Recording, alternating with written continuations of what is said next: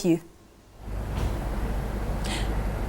Good morning to you, Leanne. Yes, we've abandoned the analysts and we've gone outside to physically try and ascertain how we can grow. Of course, energy is key towards economic growth, and that's been a challenge for us of late with the power outages. And of course, the one solution that's been mooted is nuclear energy. But the protesters outside Parliament this morning will have none of it. They're hoping to sway the finance minister into making sure that there is no announcement on any nuclear deals of any sort. Let's speak to them now. Very good morning to you. How are you? Good morning. Yes, we actually stand here every Wednesday to show the cabinet as they come in for their meeting that nuclear energy is not the future of South Africa. Even if you were to start building nuclear energy power plants and agree on it tomorrow, where would we get the money? We don't have money to provide school books. We don't have money to provide education. Where would we find this money? And a nuclear power plant takes 10, 12, 15 years to build. So it's not going to solve our energy crisis. If we want to look at solving the energy crisis, what we believe we need to do is focus on renewable energy. The other issue around this nuclear deal is that it's secret. And we believe that what we're looking at is a high risk of corruption, another arms deal in the making, 1 trillion rand.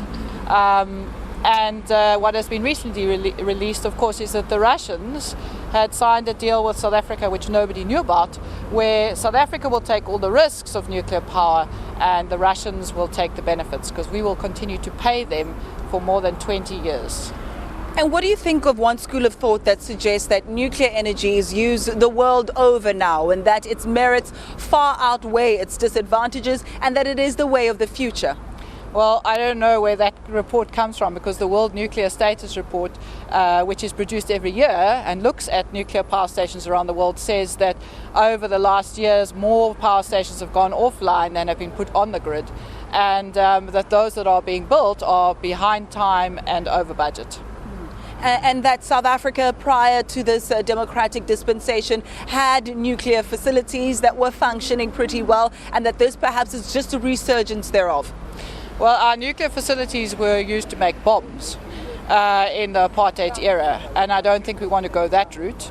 And our nuclear power station is now beyond its sell-by date. Needs to be closed down rather than rejuvenated. We have one of the highest solar radiation in the world. Let's use it.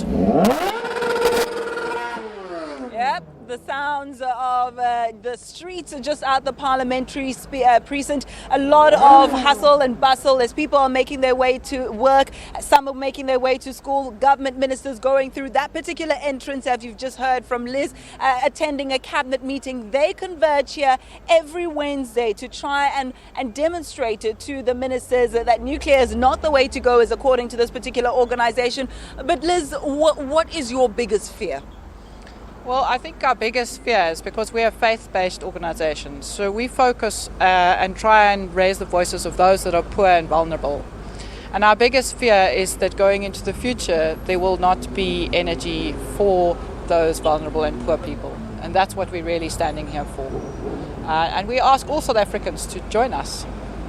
Now, I'm doing things a little bit backwards today because I haven't defined who us is. So perhaps you can just quickly introduce yourself and the name of your organization. Sure. I'm Liz McDade from the Southern African Faith Communities Environment Institute, which is a bit of a mouthful, but it's basically an organization that works with many faiths, Christian, Jewish, Baha'i, Hindu, a Muslim, all over the Southern African region. And we are focused on environmental issues because we believe that all faith communities have sacred texts which focus on treading lightly on the planet and looking after the resource. It's the only planet we have, and we don't believe that nuclear energy is part of our future.